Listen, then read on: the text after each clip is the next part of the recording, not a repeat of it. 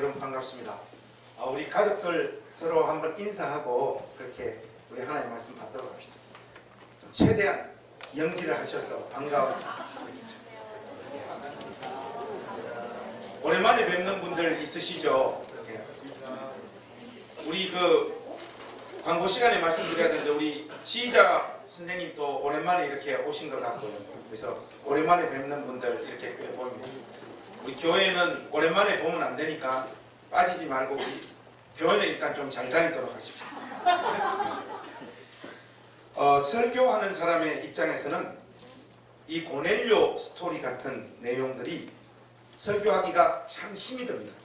왜 그런가 하니까 어떤 적용점을 찾으려고 했을 때 똑같은 이야기가 계속해서 반복되다 보니까 할 말이 별로 없어요.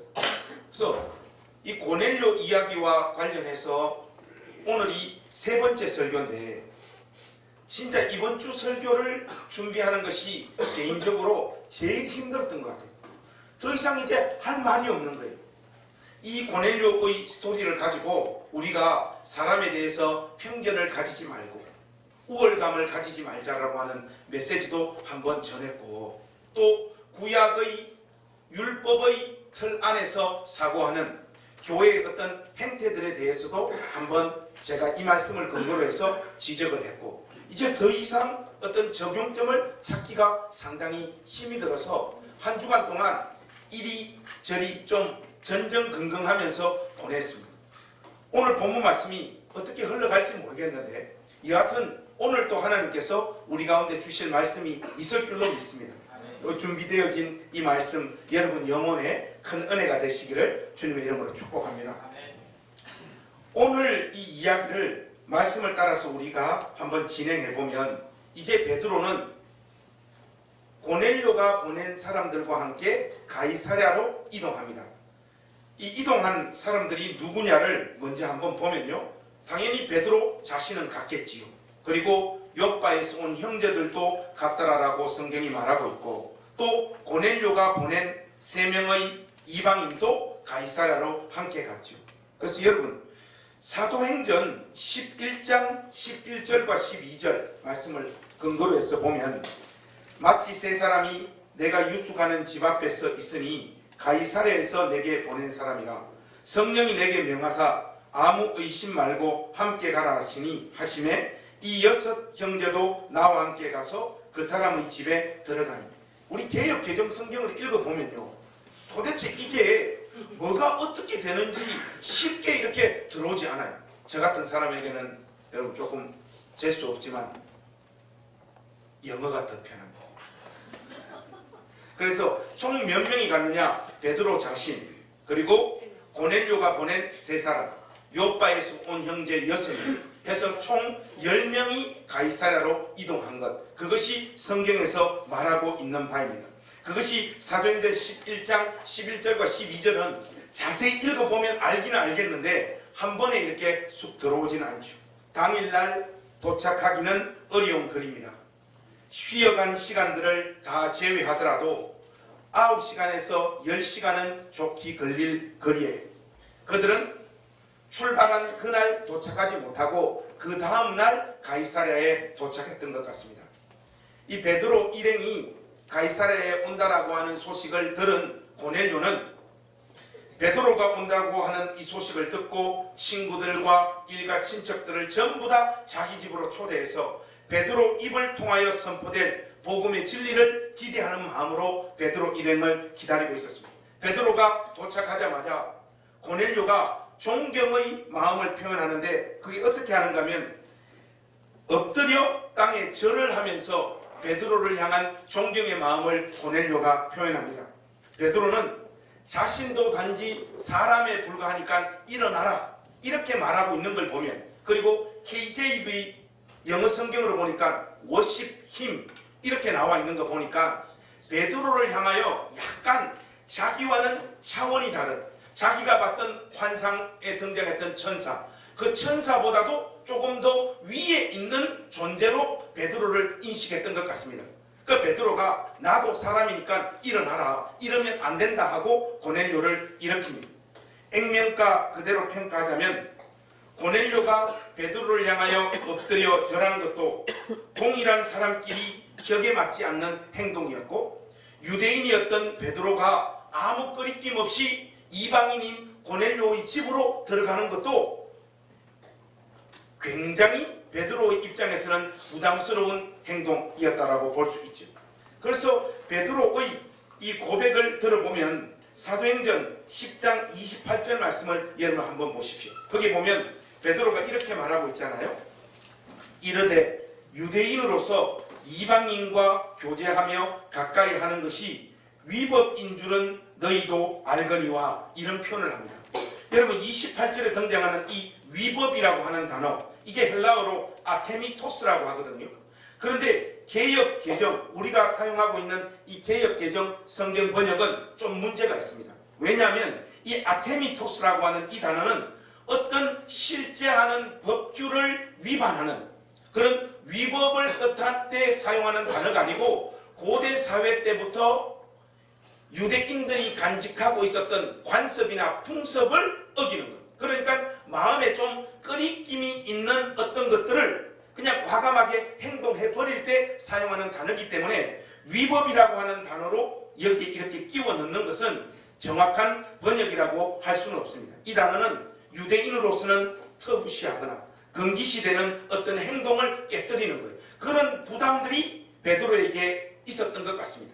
이런 관습에도 불구하고 이제 베드로는 자신이 동일한 인간 존재로부터 과도한 경배를 받거나 또는 그 인간을 자신보다 열등하거나 부정한 존재로 인식하는 기존의 틀에서 점점 빠져나오고 있는 것을 우리가 볼 수 있습니다. 계시의 빛이 베드로에게 점점 강하고 분명하게 비추어져서 베드로가 예수 그리스도의 복음 안에 담긴 어떤 편파성도 인정하지 않는 이 원리에 대해서 점점 깨닫고 빛 앞으로 다가가고 있는 것을 우리가 확인할 수 있는 것이죠. 이러한 분명한 인식의 전환이 그로 하여금 29절의 행동을 가능하게 했겠지 않겠습니까? 그래서 29절 말씀에 보면 베드로가 이렇게 고백하잖아요. 부름을 사양하지 아니하고 왔노라. 여러분, 이 무슨 말입니까? 옛날 같았으면 어림의 짐작이다. 옛날 같았으면 나 여기 이방인인 고넬료 너희 집에 나는 올 수 없는 몸이지만 하나님께서 환상을 보여주시고 그 여러 과정들을 통해서 나를 인도하셔서 이방인들에게도 왠지 하나님의 복음을 증거케 하시는 인도하심이 있는 것 같아서 내가 사양하지 아니하고 너희 집으로 왔다, 이렇게 이야기합니다. 더 나아가 베드로는 도대체 왜 자신을 불렀느냐, 이 사실을 고넬료에게 묻습니다. 고넬료는 나흘 전에 그가 직접 본 천사에 대한 환상을 여기에서 거의 똑같은 말로 한 번 더 반복을 해요. 그 내용이 30절에서 33절인데 우리 한번 보십시다. 이 내용이 10장 초반절에 맨 처음 고넬료가 이 환상을 접했을 때의 사건을 누가가 기록한 것과 무슨 차이가 있는가 여러분 한번 찾아보십시오. 우리 30절에서 33절 한번 교독하겠습니다. 고넬료가 이르되 내가 나흘 전 이맘때까지 내 집에서 제 부시 기도를 하는데 갑자기 한 사람이 빛난 옷을 입고 내 앞에 서서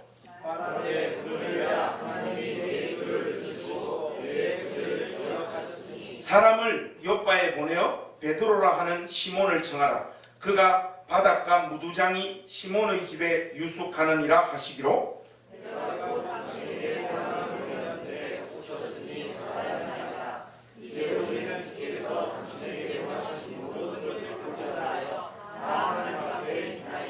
여러분, 지금 여기에서 이 설명이 10장 초반에 고넬료가 맨 처음 환상을 경험했던 그 상황을 누가가 기술하고 있었던 장면과 차이나는 두 가지가 있습니다. 이 두 가지를 다 찾아내는 우리 행신교회 가족에게 오늘 제가 밥을 사겠습니다. 여러분, 어떤 차이점이 있습니까? 제일 첫 번째는요, 첫 번째 경험에서는 자기에게 나타난 존재를 천사라고 이야기했잖아요. 근데 지금 여기에서는 뭐라고 이야기하고 있습니까? 빛난 옷을 입은 사람으로 부르고 있다. 항상 교회는 이렇게 설명을 해주면 그때서야 아, 그거예요. 이런 분들이 있습니다. 이 사람들을 얍삽하다 그러죠. 차라리 모르는 척하고 있는 사람이 정직한 거죠. 이것 이외에 또 하나가 있습니다. 그게 뭔가 하면 10장 초반에는 이 천사라고 하는 존재를 만났을 때 두려움의 마음을 표현한 내용이 여기서는 등장하지 않는다는 것. 이 두 가지가 차이예요. 이것 이외에는 거의 동일한 내용을 있는 그대로 베드로에게 자기가 경험한 사실을 고넬료가 이야기하고 있는 것을 우리가 확인하게 됩니다. 이어서 고넬료는요 33절의 말씀을 통해서 자신의 마음의 소원과 바람을 베드로에게 이야기합니다. 이 부분이 참 중요한데요. 우리 33절은 우리 큰 목소리로 같이 한번 읽어보십시다. 33절입니다. 시작. 내가 곧 당신에게 사람을 보내었는데 오셨으니 잘하였나이다. 이제 우리는 주께서 당신에게 명하신 모든 것을 듣고자 하여 다 하나님 앞에 있나이다. 여러분 이게 얼마나 귀한 신앙의 고백입니까? 베드로가 하나님 말씀을 전하는 종이며 그를 통해서 하나님께서 자신에게 던져줄 분명한 메시지가 있을 거라는 걸 확신하며 그것을 기대하고 나는 서 있습니다 하는 고백입니다. 제가 좀 많이 부족하지만 우리 행신교회 가족들에게도 이런 마음들이 이 설교 시간에 넘쳐나시기를 축복합니다. 설교는 잘하고 못하고가 없습니다. 그 하나님 말씀을 듣는 사람의 중심이 하나님 말씀을 향하여 간절히 열려져 있을 때 좀 어설픈 설교라고 할지라도 여러분 영혼을 하나님께서 말씀으로 위로하시고 힘주시는 줄로 믿습니다.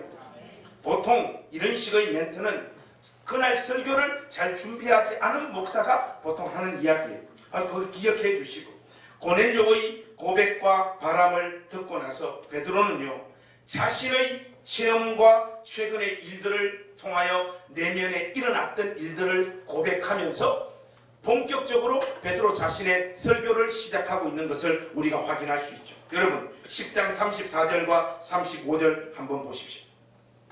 베드로가 입을 열어 말하되 내가 참으로 하나님은 어떤 분이라고요? 사람의 외모를 보지 아니하시고 각 나라 중 하나님을 경외하며 의를 행하는 사람은 다 받으시는 줄을 어떻게 했다고요? 깨달았다. 이전에는 몰랐는데 하나님께서 이제 외모를 보시는 분이 아니시라는 것을 내가 깨달았다는 거예요. 제가 언젠가 전모 병욱 목사의 설교집에서 이런 이야기가 담겨 있는 걸 본 적이 있어요. 하나님은 우리의 외모를 보시지 않지만 인간은 외모를 보기 때문에 교회 안내를 보는 사람들은 이쁜 사람들을 배치해놔야 된다. 참 거지 같은 이야기죠. 이런 식이면 우리 교회 자매님들 중에는 누구 안내 볼 사람 있겠습니까? 오직 김지은 한 명밖에 없다라고 제가 확신합니다. 전병욱이 이런 엉터리 같은 이야기를 왜 하고 있느냐? 여기서 말하는 외모를 보지 않는다고 하는 말씀은 인간의 외모를 말하는 것이 아니고요. 하나님은 편파적이지 않으시다는 말씀입니다. 70인경을 근거로 해서 구약 성경에 등장하는 이 단어를 설명을 드리자면요. 이게 누구에게 보통 사용되어지는 단어인가 하면 재판관들에게 금지되어져 있는 행동을 의미하는 거예요. 이 재판관들, 특별히 이스라엘의 재판관들은요. 부자나 가난한 자들 편들어서 차별하는 것을 하나님께서 철저하게 금지시켜 놓으시고 바로 금지시켜 놓은 그 행위를 하나님 역시 하지 않는 분이라는 것이 베드로의 새로운 깨달음입니다. 한마디로 베드로는 하나님은 인간이 가지고 있는 그 어떤 외적 조건, 인종, 국가, 사회적인 수준, 경제적인 레벨 이런 모든 것을 떠나서 하나님 앞에서는 이런 모든 것들이 더 이상 아무 의미가 없다라고 하는 고백, 그것을 깨닫는 자리에 베드로가 서 있고 그것을 고넬료에게 고백하고 있는 것입니다. 35절 말씀도 우리가 한번 좀 명확하게 이해를 하고 넘어갈 필요가 있는데 각 나라 중 하나님을 경외하며 의를 행하는 사람은 다 받으시는 줄 깨달았더라. 이걸 조금 문자적으로 새롭게 번역을 하면 이렇습니다. 한번 들어보십시오. 어느 나라 사람이든 하나님을 두려워하고 의를 위해 노력하는 사람은 그분께 받으실 만하다. 이것이 훨씬 더 좋은 번역입니다. 이처럼 우리가 믿는 이 기독교 신앙에는 그 어떤 인종적 장벽도 존재하지 않는다는 명백한 선언 후에 베드로는 본격적으로 설교를 시작합니다. 당연히 그 설교는 이 선언을 부연하는 이 내용을 뒷받침할 만한 내용들로 채우고 있겠죠. 그래서 여러분, 베드로의 설교의 주 분량은 36절에서 43절 말씀입니다. 이게 아주 중요한데요. 36절에서 43절의 내용을 보면요, 맨 첫 번째는 베드로가 강조하고 있는 바를 존 스토트가 세 가지로 요약하고 있더라고요. 그걸 여러분들에게 소개해드리면 더 명확해지실 수 있을 것 같습니다. 존 스토트는 이 설교를 통하여 베드로가 강조하고 있는 바를 예수님을 역사적 존재로 분명하게 선포하고 있다. 그러니까 뭐 저 천상에 있는 존재가 아니라 이 땅에 인간의 몸을 입고 오셔서 인간들에게 실질적으로 역사하시고 은혜를 베푸신 분으로 강조하고 있다. 그리고 또 두 번째는 하나님은 바로 이 예수님 안에서 예수님을 통해서 일하시는 분으로 묘사하고 있다는. 그리고 최종적으로 세 번째는 그리하여 인생들에게 구원과 심판으로부터 피할 길을 제공하시는 유일한 분이 하나님이시다고 하는 사실들을 이 설교 속에서 베드로는 강조하고 있다, 이 말. 여러분들이 이 설교를 잘 한번 살펴보시면 아시겠지만 베드로 자신이 오순절 성령 강림 시에 증거했던 내용과 거의 똑같습니다. 저의 추측으로는 베드로 역시 몇 편의 설교로 전국을 떠돌아다니는 행신에 있는 그 누구와 비슷한 스타일이었던 것 같아요. 가장 인상적인 것은 이방인들에게 선포하고 있는 내용이지만 유대인들에게 전거했던 내용들과 차이가 나는 것이 거의 없더라는 거예요. 이 설교에서 중요한 표현이 두 가지가 등장하는데 여러분 한번 보십시오. 그것은 만유의 주라고 하는 표현과 화평의 복음이라고 하는 이 두 가지 표현입니다. 이 두 가지 내용을 보충해주고 부연해주고 풍성하게 해주는 것이 베드로 설교의 전 내용이에요. 그래서 여러분들이 37절에서 43절에 등장하는 이 말씀은요, 36절의 진술을 구체적으로 언급하고 있는 것이라는 것을 아셔야 됩니다. 책 읽기를 할 때 시간이 부족한 사람들은 찍어 읽기를 하잖아요. 중요한 부분들을 탁탁탁 찍어서 읽는데, 만약 이 부분이 있어서 우리가 시간이 없어서 어떤 부분을 딱 찍어서 읽어야 된다 했을 때 몇 절을 읽어야 되겠습니까? 36절을 찍어서 읽어야 돼요. 거기에 등장하는 만유의 주, 화평의 복음, 이 두 가지가 이 설교의 핵심입니다. 여러분, 만유의 주라고 하는 이 표현이 무슨 말인지 알아요? 저는 솔직히 만유의 주 하니까 이것의 의미가 한꺼번에 이렇게 쑥 들어오지는 않더라고요. 막연하게 이렇게 좀 그려지기는 하는데, Jesus Christ, who is Lord of all, 이겁니다. 모두, 예수님은 모두의 주이시다. 이스라엘의 주가 아니시고 모두의 주시라는 것을 베드로가 지금 강조하고 있는 거예요. 베드로는 새로운 인식의 전환과 새로운 깨달음의 자리에 완벽하게 서 있기 시작한 것이 틀림없습니다. 이스라엘의 주가 아니시고 만유의 주심을 베드로는 강조하고 있고요. 그리고 이 복음은 예수 그리스도로 말미암아 화평의 복음의 역사를 일으키는 것이라고 말하고 있습니다.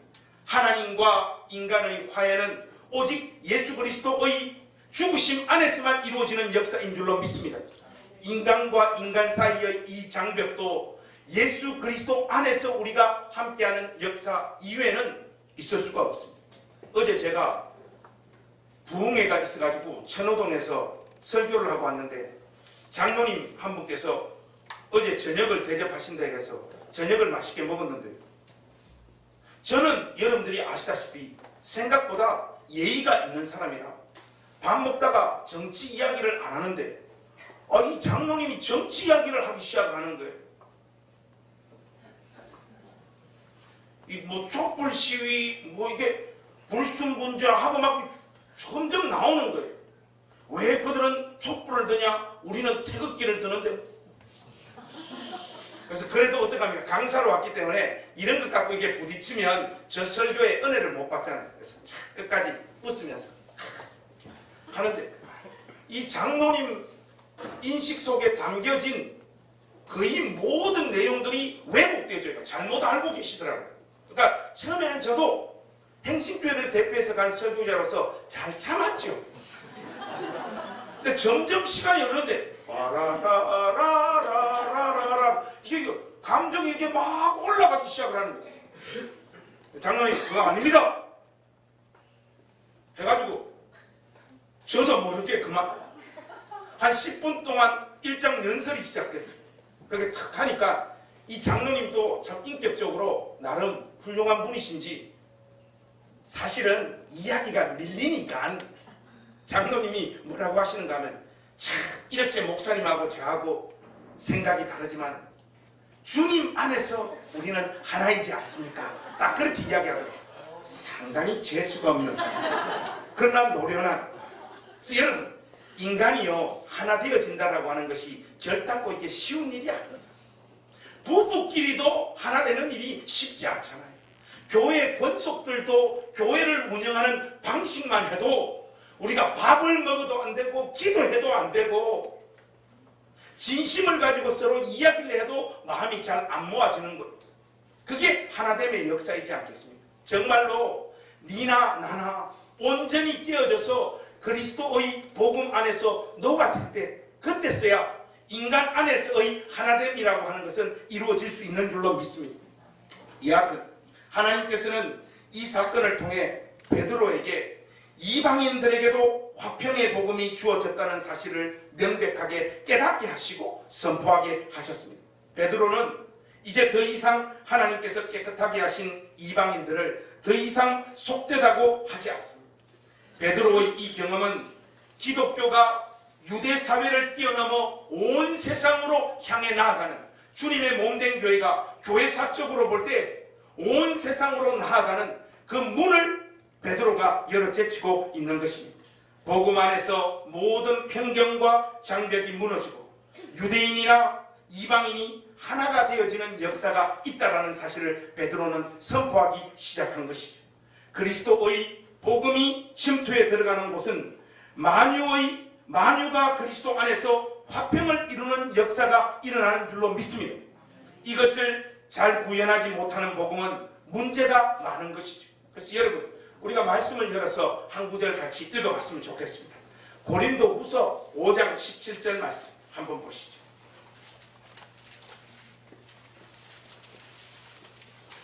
고린도후서 5장 17절 말씀. 17절에서 우리 19절 말씀까지 소리 내어서 우리 큰 목소리로 한번 같이 읽으십시다. 시작. 그런즉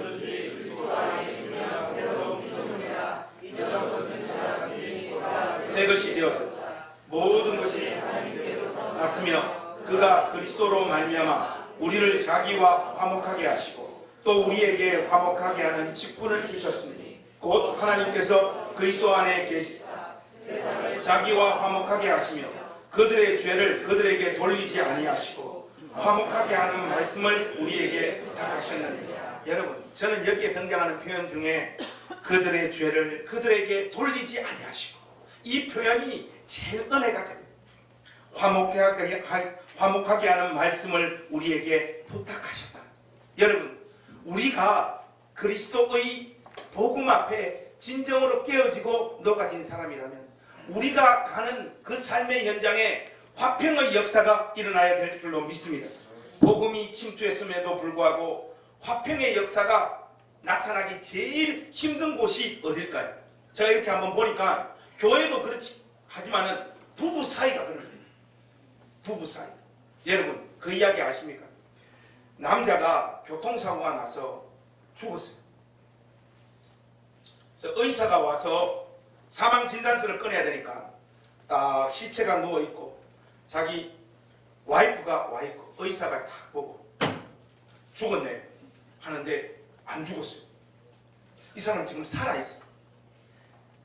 살아있는데 온 신경과 힘을 집중해가지고 딱 손에 집중하니까 손 마디 요고 한마디만 까딱 할 수 있는 정도로만 지금 힘이 있는 거예요. 의사가 사망 진단서를 딱 끊으려고 죽었습니다 하니까 이 누워있는 사람이 자기 지금 안 죽고 살아있는데 온 힘을 다해가지고 이 손가락 이 한마디를 가지고 자기 와이프를 딱 찔렀대요. 딱 찔렀 하니까 부인도 할 거 아니에요. 딱 찔렀을 때 부인이 뭐라고 했는지 아십니까? 죽었다잖아. 하니까 의사가 이제 위에 천 딱 덮고 이제 그 쇠통으로 집어넣잖아요. 하니까 최종적으로 집어넣으니까 이 사람이 더 사력을 다해가지고 정말 안 죽었으니까 마지막으로 한 번 더 아내의 허벅지를 탁 찔렀대요. 하니까 아내가 뭐라고 했는지 아십니까? 의사 말 들어. 여러분 이만큼 어려운 게 하나 되는 거예요. 제가 죽었을 때 제발 이런 비참한 경험을 안 하고 갔으면 좋겠습니다. 오늘 이 본문 말씀의 요지는 베드로의 새로운 회심과 인식의 전환에 있는 것일까요? 아니면 이방인 고넬료의 회심에 포커스가 맞추어져 있는 것일까요? 저의 이 고넬료 설교의 세 번째의 설교의 고민은 여기 있습니다. 여러분, 하나님께서 지금 이 스토리를 통하여 베드로가 복음에 대한 새로운 이해와 눈을 뜬 것, 여기에 초점을 맞추어서 이 이야기를 이끌어가고 있는 것일까요? 아니면 이방인이었던 고넬료가 예수 그리스도의 온전한 복음을 듣고 회심한 역사가 일어난 것, 여기에 포커스가 맞추어져 있을까요? 이것은 딱 잘라서 어떤 것이 더 중요하다 그렇게 말할 수는 없지만 논리적인 순서를 따라서 이야기를 하자면 베드로의 혁명적인 인식의 전환이 없었다면 고넬료의 회심도 없는 것이죠. 그 과정이 꽤 길었고 만만치 않았지만 베드로는 하나님의 신실하신 인도하심과 부르심이 어디에 있었는지를 잘 파악했고 잘 따라갔습니다. 그것의 결과가 고넬료의 회심으로 나타나고 있는 것이죠. 바로 이 부분이 오늘 설교에 있어서 중요합니다. 그리스도 안으로 먼저 초청받은 자들이 하나님의 의도와 방향을 제대로 알지 못하면 복음 전도라고 하는 것은 이루어질 수 없습니다. 우리가 살고 있는 이 시간, 이 시대 속에서는 유대인들과 이방인들이 그리스도의 복음 앞에서 동등한 자격을 누린다라고 하는 이 선언이 너무나 당연하게 다가오는 진술이지만 베드로와 고넬료의 만남이 있었던 이 순간에 있어서는요, 이방인에게도 하나님께서 동일하게 그리스도의 복음을 전가하시기를 원하신다라고 하는 이 사실은요, 베드로로 하여금 엄청난 갈등과 고민 속에서 한 걸음 한 걸음 한 걸음 조심스럽게 다가갔던 일이었다는 것을 우리가 잊어서는 안 됩니다. 특정한 문화, 인식, 전통을 삐뚤어진 채 계속해서 고집하고 그것을 유지시킴으로써 안락하고 편안한 자리를 고수하고자 한다면 결단코 하나님의 이끄심과 방향에 대해서 우리는 알 수 없습니다. 그러므로 주님께서 피로 값주고 사신 교회 공동체는요, 하나님께서 제공하시는 자기 시대의 과제와 영적인 작업에 민감해야 될 줄로 믿습니다. 베드로에게 있어서 이방인에게 복음을 전가하라고 하는 하나님의 이 이끄심과 방향의 턴을 우리 시대 때는 무엇으로 하나님께서 요구하고 계시냐 이 말입니다. 교회는 늘 깨어 있어서 하나님의 구속의 역사가 어떻게 진행되어지며 어떤 수단을 통하여 하나님께서 자기의 일을 이루어가고 계시는지 깨어 있어야 됩니다. 하나님은 우리 시대에 어떤 역사를 이루어가고 계신가? 하나님은 지금 어디로 교회의 관심을 집중시키고 있는가? 이런 부분들을 교회가 망각하거나 놓치게 되면 복음 전도를 온전히 감당하지 못할 뿐만 아니라 교회는 하나님과 아무런 상관이 없는 종교 결사체로 자리매김하게 되어집니다. 먼저 부름받은 주님의 교회가 하나님의 인도에 민감하지 못하면 하나님께서 부르시는 자리와 역할과는 전혀 상관이 없는 것들을 하나 붙잡고 그것을 하나님의 영광을 위하여 한다라고 몸부림을 치게 됩니다. 그러나 그 일은 하나님과는 아무런 상관이 없는 일이 되어져 버린단 말이죠. 실제로 이런 경우들이 교회 안에서 얼마나 많이 이루어지고 있습니까? 각 교회마다 하나님의 뜻과 하나님의 계시를 팔아서 자신들의 종교시장을 유지하거나 번창시키려고 하는 시도들이 개신교 복음주의 교회 안에서 얼마나 많이 이루어지고 있냐 말이죠. 그래서 교회들이 이래서는 안 된다랍시고 제시하는 대안들이 뭐냐 이런 겁니다. 초대교회로 돌아가자. 이거 말고 또 하나 자주 하는 교회들의 소리가 있어요. 16세기, 17세기 개신교 정통주의 신학을 복원해야 된다는 거예요. 이런 말을 토해 놓는 사람들의 깊은 중심을 제가 어느 정도 이해하지만 그 인식 자체에 상당한 문제가 있는 겁니다. 여러분, 오늘 우리가 부름받고 있는 이 환경과 여건은 초대교회의 상황이 아닙니다. 더군다나 우리는 16세기나 17세기에 적용했던 그 신학으로 이 시대를 감당할 수 없다. 저는 확신해요. 스캇 맥라이트가 이 문제와 관련해서 그의 책 하나님 나라의 비밀이라는 책에서 아주 인상 깊은 이야기를 합니다. 여러분 한번 들어보십시오. 예수님은 그의 시대에 그의 시대를 위해 그리고 그의 시대를 향해 말했다. 우리는 우리의 시대를 위해 그리고 우리의 시대를 향해 말해야 한다. 성경의 상황 속에서 성경을 읽는 것과 그것을 우리 시대의 상황에 적합한 방식으로 적용하거나 혹은 살아내는 방법을 훈련하는 것이 참된 하나님 나라 백성의 사명의 핵심을 형성한다. 너무나 당연하고 합당한 말씀 아니겠습니까? 우리는 우리 시대의 과제와 부르심이 무엇인지를 생각하고 그 일에 헌신하는 자리로 초대받고 있는 사람들인 줄로 믿습니다. 베드로에게 있어서 이방인에게 복음을 전가하라고 하는 이 인식의 대전환, 하나님의 이끄심이 우리 시대 때는 어떤 과제로 주어지고 있냐 이 말입니다. 이것을 파악하기 위해서는 먼저 오늘날 교회가 어떤 상황과 현실에 놓여 있는지 우리가 솔직하게 한번 살펴볼 필요가 있습니다. 요즘 교회들을 들여다보면요, 조금 생각이 있는 사람들은 다 교회 안 나와요. 여러분들이 다 말씀하시는 다 가나안 교회 성도 되어버리잖아요. 왜 이렇게 오시냐? 우리는 비교적 똑똑한 사람들이 아니기 때문에 그렇습니다. 두부 자르듯이 딱 잘라서 말할 수는 없지만 부흥과 은혜의 체험이 있는 45세 이상의 사람들은 마음에 들지 않는 교회의 꼴을 보면서 그래도 죽지 못해 교회를 나옵니다. 옛날에 자기 나름대로 받았던 은혜와 부흥의 경험이 있기 때문에. 그러나 45세 이하의 사람들 있잖아요. 일반적으로 합리성과 이성이 극도로 발달한 이 친구들은요, 교회에 나오고 안 나오고 이런 일에 매이지 않습니다. 교회를 점점 안 나와버려요. 나이가 아래로 가면 갈수록 이런 현상들은 더 심각해지고 있는 것이 오늘날 교회의 객관적인 현실입니다. 이번 주에 보니까 아주 재미난 통계조사가 하나 나왔어요. 이게 통합적 통계조사인데 약 8,000개의 통합적 교회 중에 교회 학교나 학생의 아이들이 하나도 없는 교회가 4,000교회가 육박돼요.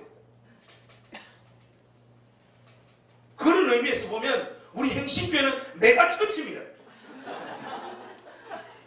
여러분, 왜 이런 일들이 벌어질까요? 교회에 생명이 없다라는 걸 젊은 애들이 눈치채기 시작한 거예요. 여러분, 교회 안에 회심한 자를 보셨습니까? 없잖아요. 우리 행신교회도 믿지 않고 예수님을 믿게 된 그 회심자가 나타나는 역사가 1년 동안 단 한 번도 없잖아요. 전부 다 우리는 다른 교회 다니다가 온 사람이지 않습니까? 교회에서 신자들이 만들어내는 문화가 별것이 없더라라고 하는 인식들이요, 조금 생각 있는 어른들이나 젊은 청들 의식 속에 점점 자리를 잡기 시작하고 있습니다. 교회를 굳이 다니지 않아도 될 만한 수준의 삶의 열매들밖에는 교회 안에 없다는 것이죠.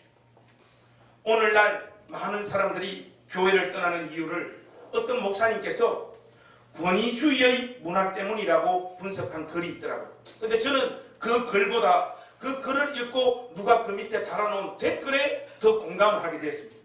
이 사람이 이런 댓글을 달았어요. 여러분 한번 들어보세요.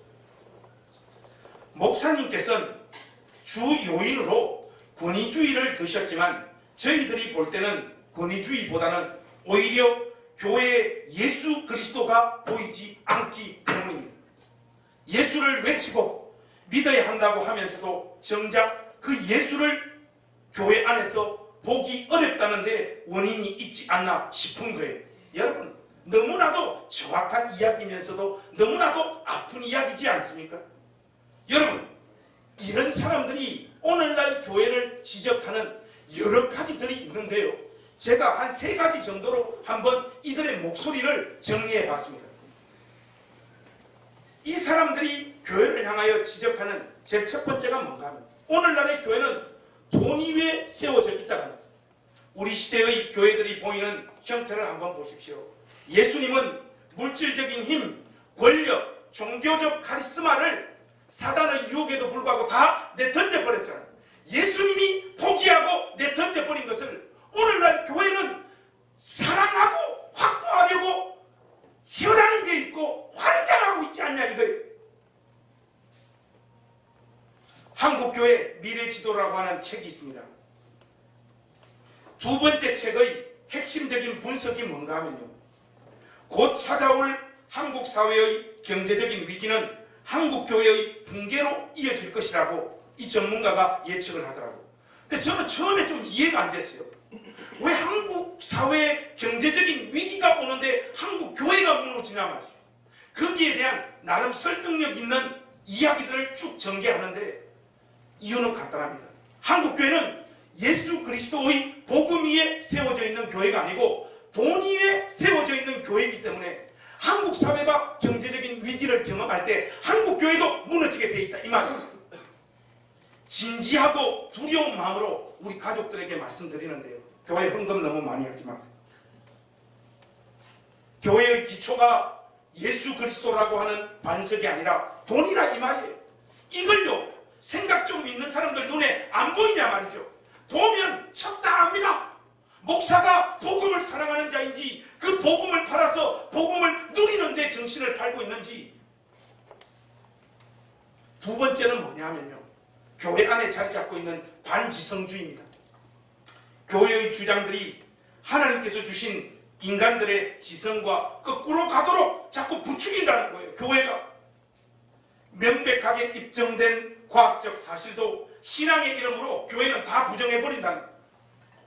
또한 교리수호라는 미명 아래 성경에 대한 문자주의와 아전인수격 성경 해석들이 교회 안에서 난무하고 있다는 이게 우리 부모님 세대 때는요 그냥 은혜로 넘어가지만요 요즘 여러분 사람들이 얼마나 똑똑합니까? 이거 하나씩 다 들고 있지 않습니까? 이 네이버 선생님 있는데 어떻게 이겨요? 교회의 성경 해석들이요 얼마나 어처구니가 없는가 하면 최근에 보면 우리 황교안 총리를 요셉이라고 이 정도면 여러분 병원 가봐야 되는 거 아닙니까? 그분이 요셉이면 저는 이 시대 예수입니다. 똑똑한 사람들도 이상하게 교회만 가면 정신이 되더라고요. 이게 생각 있는 교회 안에 있는 젊은 사람들이나 어른들이 보면 저렇게 왜 멀쩡한 사람이 저렇게 이상하게 돼버리냐는 거예요. 세 번째는 뭔가 하면요. 교회가 가지고 있는 내세 지향성입니다. 사회가 대규모로 건강하게 변화할 수 있는 가능성 앞에서 교회는 늘 비관적이고 내세 지향적인 메시지로 일관하고 그것을 성도들에게 가르친다는 거예요. 사회, 정치, 경제의 현재의 상황을 수동적으로 받아들이는데 사람들의 의식을 목사들이 몰아가더라는 거예요.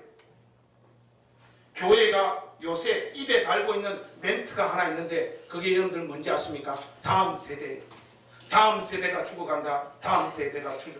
여러분 오늘날 개신교, 복음주의, 개신교가 우리 다음 세대를 품고 끌어안을 수 있을 것 같습니까? 이념적인 지향만 해도요, 애들은 보수 정권에 환멸을 하고 있어요. 그런데 이 보수 정권을 성경을 동원해가지고 이념적인 기초 바탕을 깔아주고 있는 것이 교회인데, 이 아이들이 자라서 어떻게 교회로 올 생각을 할 수 있겠습니까? 여러분은 이 나라에서 벌어지고 있는 이 작금의 현실이 보수와 진보의 문제라고 생각하십니까? 이것은 권력 정점에 있는 자들의 부패 스캔들이고, 예수 그리스도의 복음으로 도저히 용납할 수 없는 짓들을 정치인들이 저지른 거예요. 여기에서 보수 정권을 옹호하는 가장 큰 힘을 제공하는 곳, 그곳이 교회인데, 이 아이들 바보도 아니고요, 다 부모님들이 고생시켜서 대학 교육 다 시킨 이 똑똑한 애들이 그러한 사실들을 마음에 수용하고 받아들일 수 있겠습니까? 이 상황에서 대통령을 부분하고 권위에 순종하라는 말씀으로 정치권을 향한 저항을 하지 못하도록 만드는 제1번지가 교회라는 것. 여러분, 이 상황에서 우리가 다음 세대를 어떻게 주님의 몸된 교회 안으로 품을 수 있겠습니까? 그래서 말이죠, 결론을 맺겠습니다. 이런 상황에 오늘날 주님의 몸된 교회가 놓여져 있습니다. 이런 상황 속에 놓여있는 교회를 향해서 하나님께서는 지금 어떤 방향과 사명을 허락하고 계실까요? 베드로와 초대교회를 향한 하나님의 혁명적인 이끄심은 이방인들에게도 복음을 전가하는 것이었습니다. 저는 확신합니다.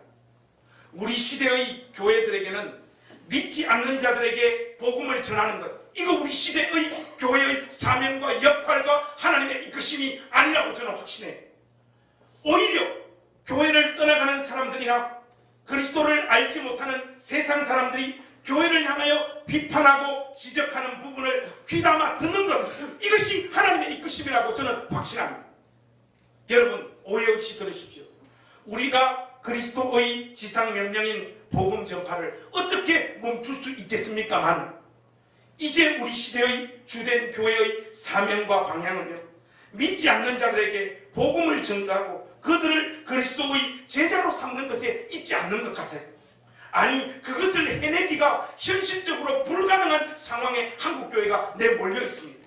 우리의 영적, 도덕적, 윤리적 타락의 객관적인 실체를 여러분 한번 보십시오. 신자들을 구별하는 방법이에요.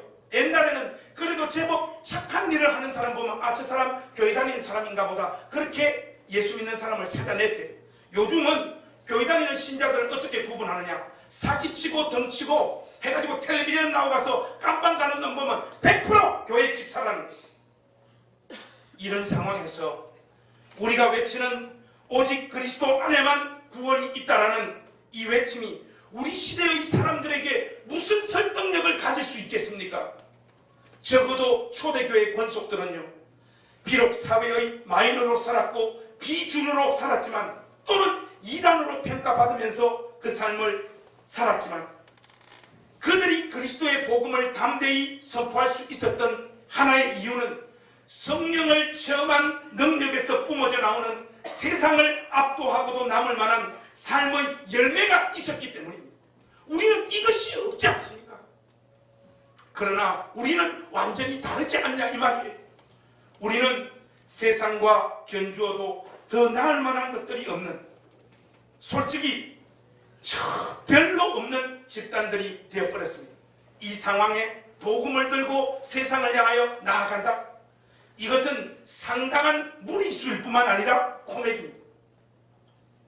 세상을 향해 회개하라고 외치기 전에 세상이 교회를 향해서 무엇을 지적하고 있는지, 교회를 떠나는 사람들이 무슨 일로 이 교회 안의 문화에 질식당하고 있는지를 볼 수 있어야 합니다. 우리 자신들의 죄의 실상부터 생생히 볼 수 있어야 한다, 그 말입니다. 세상을 향해 회개와 회심을 요청할 때 세상이 우리를 향하여 어떻게 조롱하시는지 아십니까? 그들이 우리를 향하여 던지는 리스판스가 뭔 줄 알아? 너희도 안 믿는 예수를 우리 보고 믿으라고 그러노. 일단 너희들부터 믿고 나서 우리 보고 믿으라고 말해라.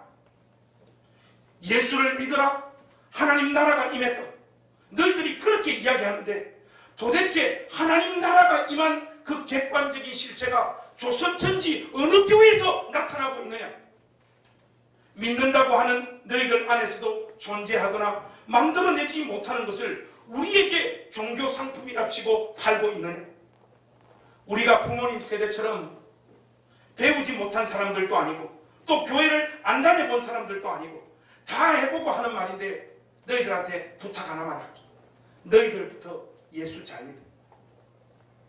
세상이 우리를 향하여 던지는 메시지.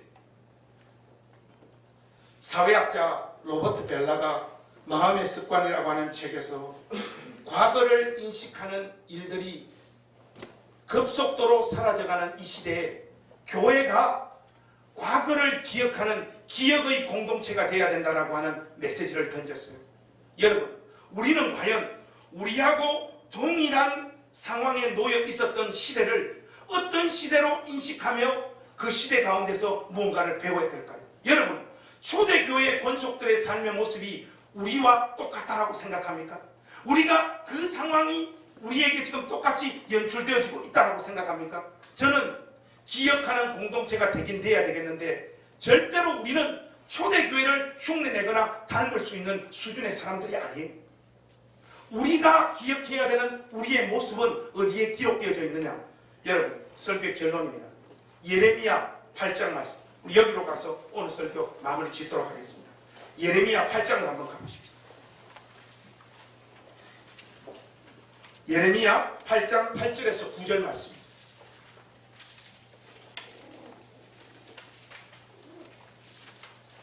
예레미야 8장 8절에서 9절.